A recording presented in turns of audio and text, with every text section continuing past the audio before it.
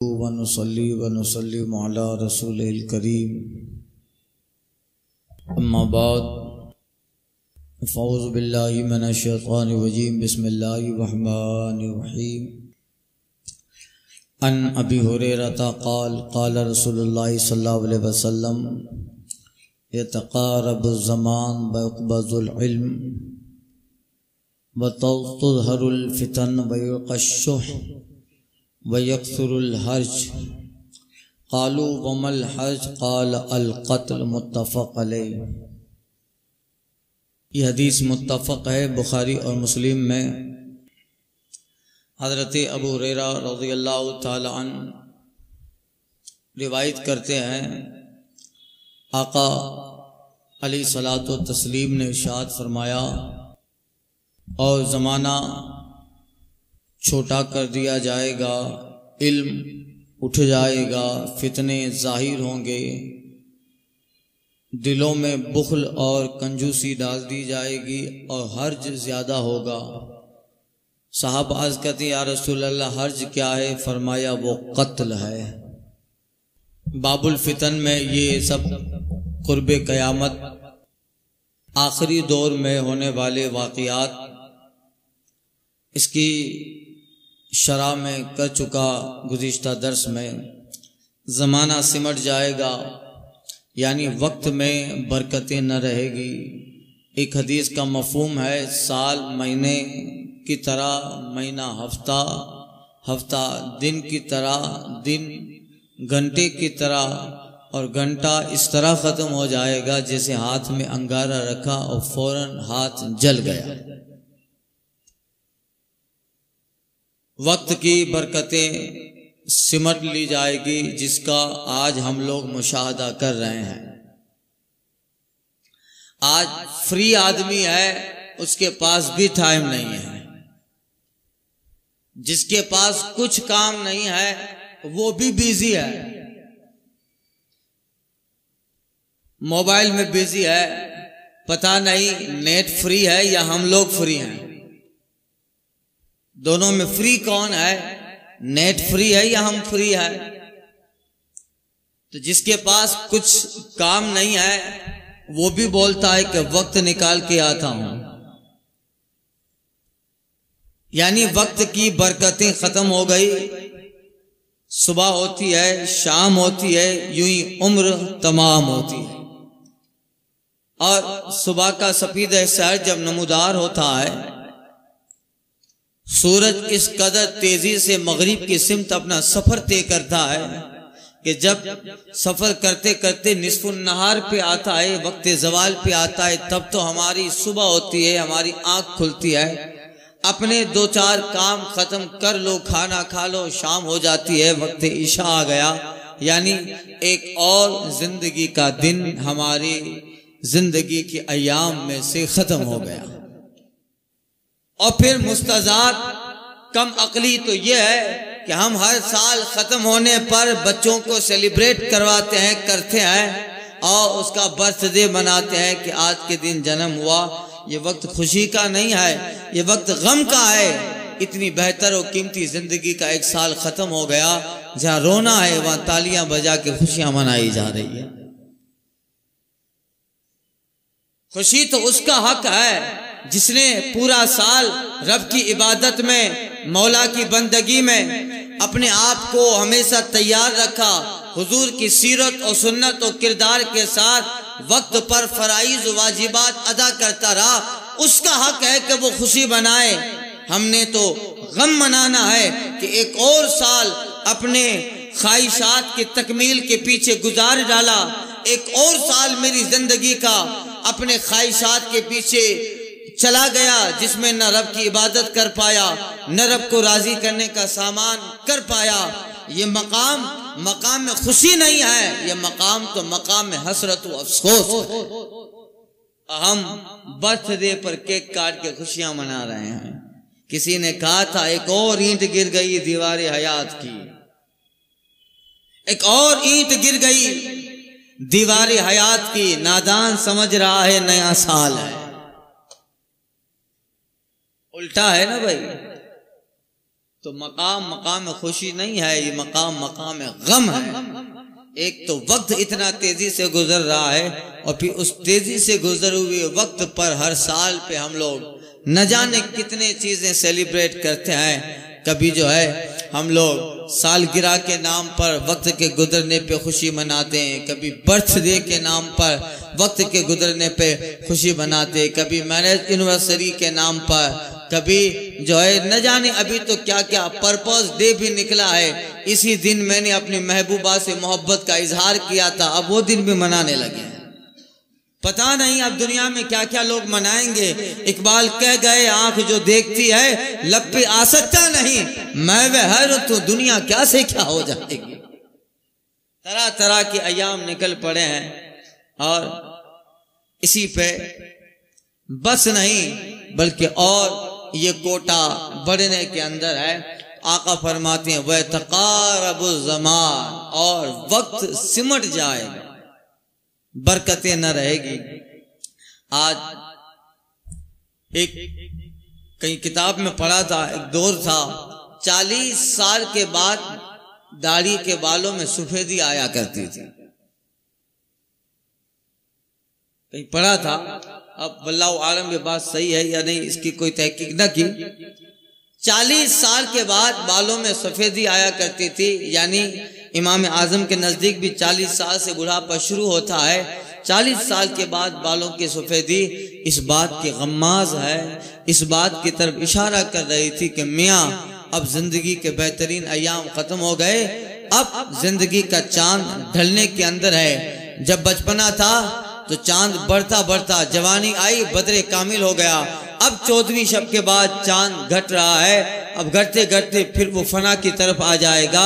आला हज़रत कहते हैं उतरते चांद ढलती चांदनी जो हो सके कर ले, उतरते चांद ढलती चांदनी जो हो सके कर ले, अंधेरा पाख आता है ये 2 दिन की उजाली। चांद जब निकलता है लकीर होती है, बढ़ता बढ़ता बदरे कामिल हो जाता है। हमारी जिंदगी यही है, बचपना है, पेट से माँ की गोद में आए, गोद से बचपना, बचपने से फिर जवानी की दहलीज पे आए, निकाह शादी और फिर अपनी जवानी के दिन ढलने लगे। बेटा हुआ, अब बेटे के बेटे हुए तो अब दादा हो गया, बेटी के बेटे हुए अब नाना हो गया। अब ये जिंदगी ढल रही है। चांद 14 तारीख के बाद घटना शुरू होता है, अब घट रही है। अब तो चंद दिन बचे हैं, अब कब जाने ढल जाए और कब ये चांद गुरूब हो जाए। कुछ बचे कुछ दिन हैं, कुछ तो कर ले।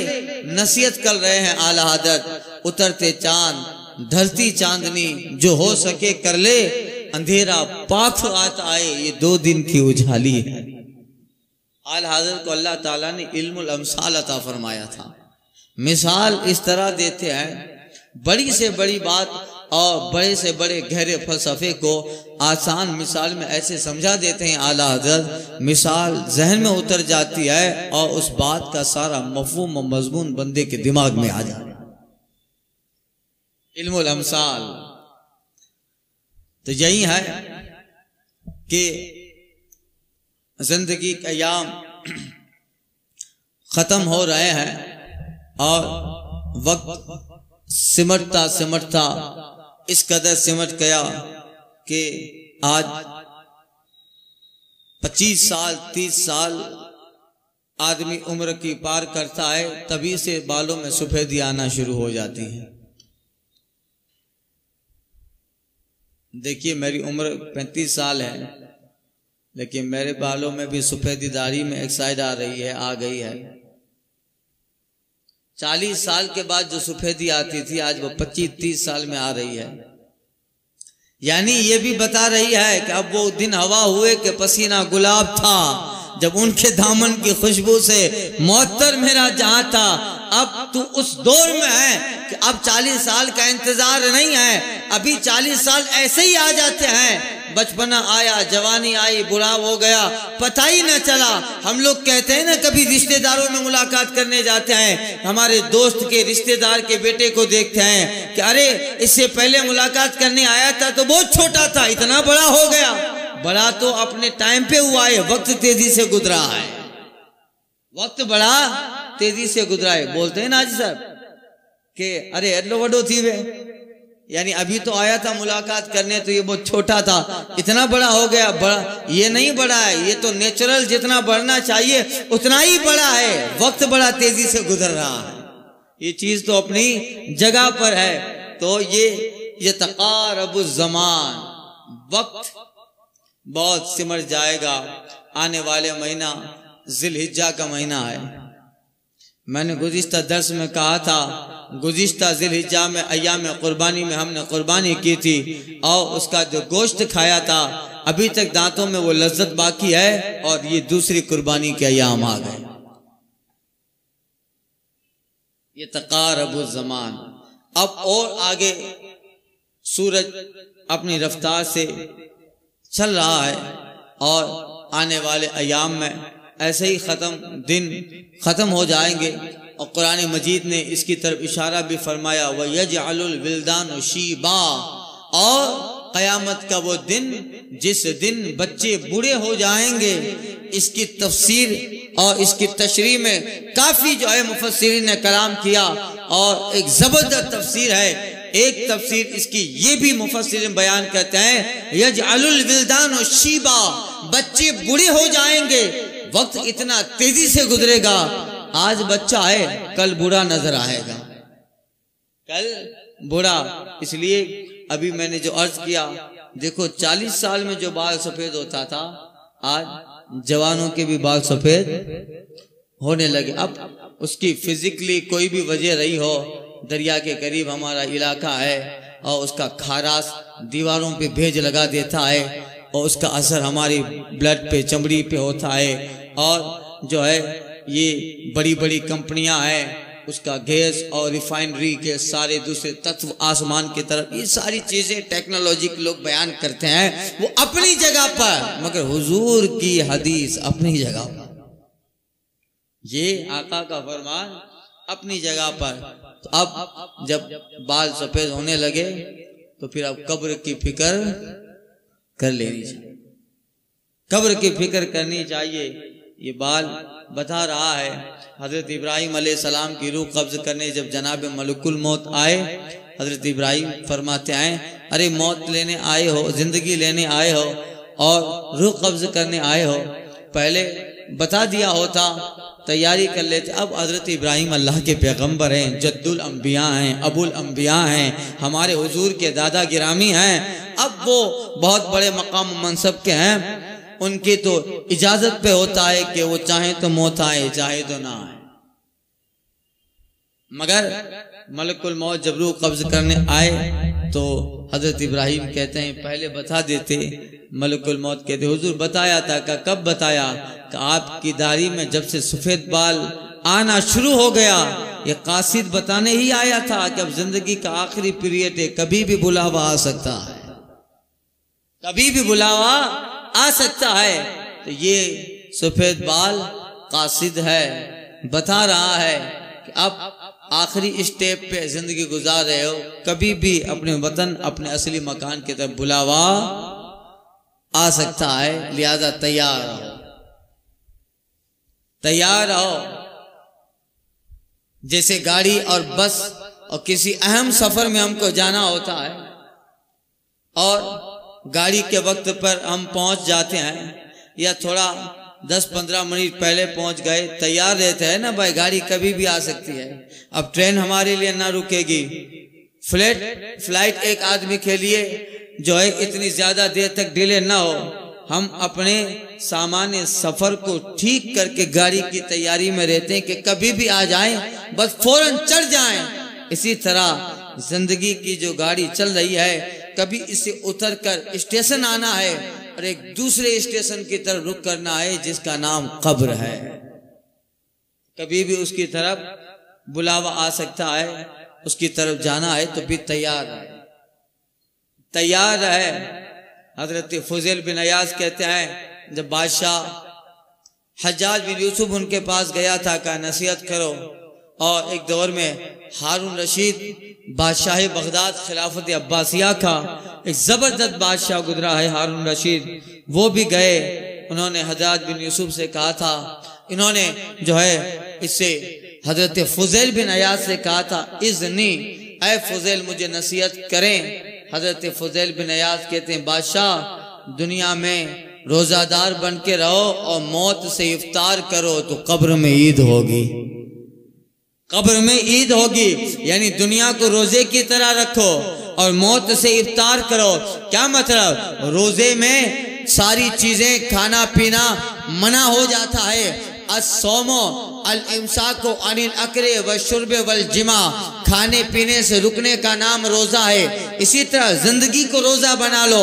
अल्लाह के कानून के खिलाफ सारे कामों से रुक जाओ, हराम कामों से रुके रहो, मनहियात से रुके रहो, ममनुआत से रुके रहो, खिलाफ शरा कामों से रुके रहो। यानी पूरी इस हयात को रोजे की तरह रखो। सारे काम जो खिलाफ शरा और आईन कुरान और दस्तूर हदीस और शरा के खिलाफ है उन सब से रुके रहो, मौत से इफ्तार करो।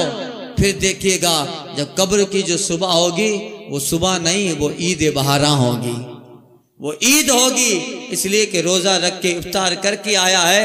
अब वो आखिरी दिन होता, सारी बातें। उसके बाद सुबह जब चांद दिखता है तो सुबह क्या ईद होती है। दुनिया को रोजे की तरह गुजारा, मौत से इफ्तार किया। अब कब्र में गया है तो वो कब्र अंधेरी नहीं है, अब वो ईद का समा बंधा है। इसलिए मौला को राजी करके आया। अल्लामा आसी ने कहा था आज कफन में फूले न समाएंगे आसी, आज कफन में फूले न समाएंगे आसी। है शबे गौर उस गुल से मुलाकात की रात, है शबे गौर उस गुल की मुलाकात की रात। और आला हजरत इमाम अहले सुन्नत कहते हैं कब्र में लहराएंगे ता हश्र चश्मे नूर के, कब्र में लहराएंगे ता हश्र चश्मे नूर के। जलवा फरमा होगी जब तलत रसूलुल्लाह की। तो यही है ये तकारबुज़ ज़मान। तो हजरत इब्राहिम कहते हैं कासिद भेज दिया, होता का ये बाल कासिदी था। इससे पहले एक वाक़या फारूक आज़म के ताल्लुक से कहा था, आप अमीरुल मोमिनीन हैं, मिंबर पे खुतबा दे रहे हैं और एक देहाती आदमी, एक आम आदमी आकर फारूक आज़म से कहता है इत्तक़िल्लाह उमर, अल्लाह से डर, हमारा एक हिसाब है, अल्लाह तुमसे दो हिसाब लेने वाला है, तुम्हें तुम्हारी जात का भी हिसाब लिया जाएगा। और ए उमर बिन खत्ताब जो मोमिनों के अमीर बने हो, इस सारी पब्लिक को रियाया का भी अल्लाह तुझसे हिसाब लेने वाला है, लिहाजा हमसे ज्यादा तुम्हें डरना है। ए उमर अल्लाह से डर, मौत करीब है। इतना सुनना था, अल्लाह अल्लाह उनका दिल सीना था। हजरत उमर बिन खत्ताब फारूक आज़म की आंखों से आंसू जारी हो जाते हैं। हाँ हाँ उमर को तो दो हिसाब देना है। और उमर फारूक आज़म कहते हैं अगर मेरे दौरे हुकूमत में एक बकरी का बच्चा भी दजला के किनारे मर गया, अल्लाह क़यामत में उमर का गिरबान पकड़ने वाला है। उमर तेरे दौरे सल्तनत में ये बच्चा बकरी का कैसे मर गया? अगर खारिश वाला कोई जानवर दजरा के किनारे मर गया, अल्लाह उमर से हिसाब लेगा। उमर तूने हाकिम बनाया था हमने तुमको, आखिर तेरे दौर में ये जानवर क्यों मर गया? और कहते थे फारूक आज़म अगर कोई अजनबी मदीना में दाखिल हुआ और उसके पाँव में पत्थर लगा और उसके पाँव में चोट आई तो भी अल्लाह उमर बिन खत्ताब से हिसाब लेने वाला है। ऐ खत्ताब का बेटा, हमने तुझे अमीर बनाया था, आखिर तेरे दौरे सल्तनत में मदीने के रास्ते पे पत्थर क्यों था? एक अजनबी को पत्थर क्यों लगा? आखिर जमीन साफ क्यों ना करवाई? ये ख्याल आता था और उमर की आंखों से आंसुओं की कतार जारी हो जाती। इस एहसास में जीता था बादशाह इस्लाम, इस फिक्र में जीता था बादशाह इस्लाम। उमर बिन अब्दुल अजीज के ताल्लुक से कहीं पढ़ा था जब से अमीरुल मोमिनीन बने तब से लेकर आखिरी उम्र तक जनाबत का गुस्ल नहीं फरमाया। इतना खौफ रहता था रात में दिन में कि मौला तो इनके ताल्लुक से हिसाब लेगा तो मैं तेरी बारगाह में क्या जवाब दूंगा। ये फिक्र रहती थी और इसी चीज से डरते रहते थे, खौफ खुदाबंदी दिल में रहता। हजरत फारूक आज़म को वो साहब कहते हैं उमर अल्लाह से डर, मौत करीब है और हमारा एक और तुम्हारा दो हिसाब लिया जाना है। फारूक आज़म की आंखों से आंसू निकल गए।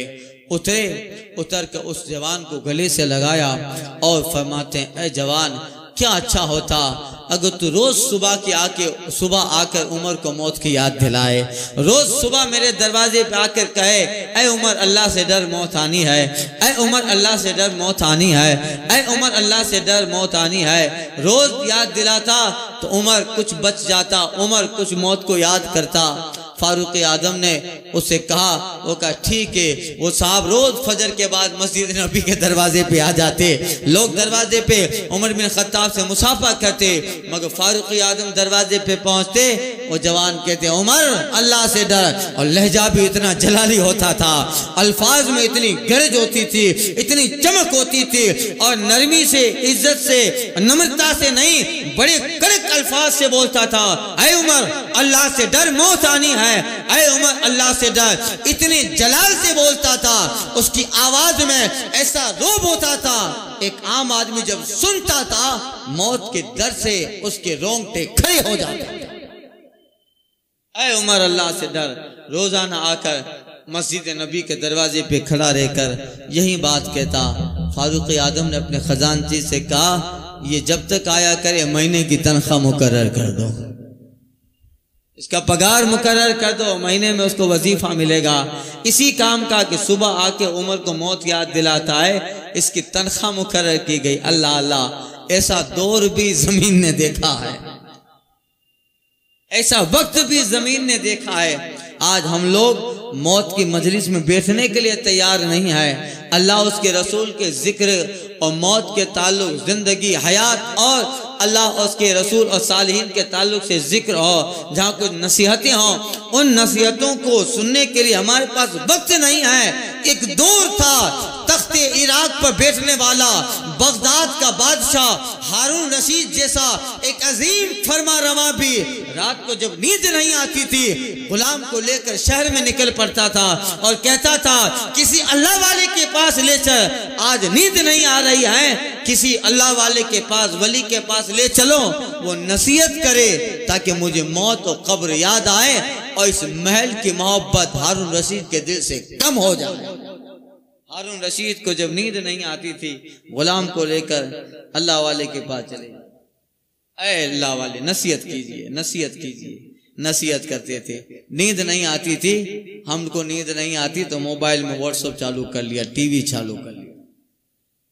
ये हमारे शौक हैं दिल बहलाने के, हमारी फिक्र को थोड़ी देर दुरुस्त करने की, ये हमारी जाविये, हमारे मायार हमने मुकर्रर किया है। वो दौर था कि जहाँ इतना जबरदस्त इराक का बादशाह जब रात को नींद नहीं आती थी तो वजीर को लेकर बगदाद में निकल पड़ता था, अल्लाह वाले के पास बैठे, वो कुछ नसीहत करेगा, कुछ आखिरत की बातें करेगा तो दिल बहलेगा, यानी इन बातों से दिल बहलता था। वो बादशाह भी ऐसे हुआ करते थे कि जिनके बगल में अल्लाह वाले और सालिहीन औलमा हुआ करते थे, और वो दौर भी ऐसा था बगदाद में हर दूसरे घर पे अल्लाह का वली और सूफी और कुतुब वक्त रहा करता था।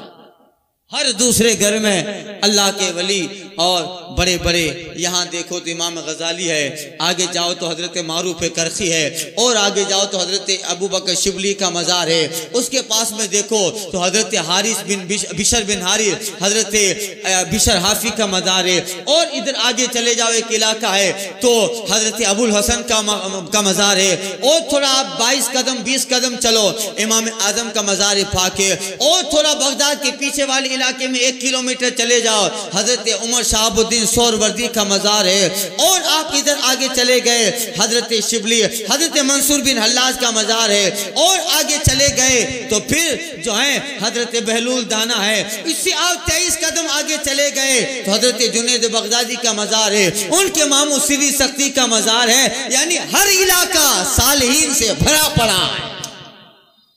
बगदाद के ये 2-4 किलोमीटर में कितने औलिया हैं। वो दौर भी ऐसा था, बादशाह वक्त रहते थे, मगर हर दूसरा घर छोड़कर उस घर में अल्लाह वाले सालिहीन औलिया रहा कर। अब हमको तो ढूंढना पड़ता है कि कोई वली कहाँ है,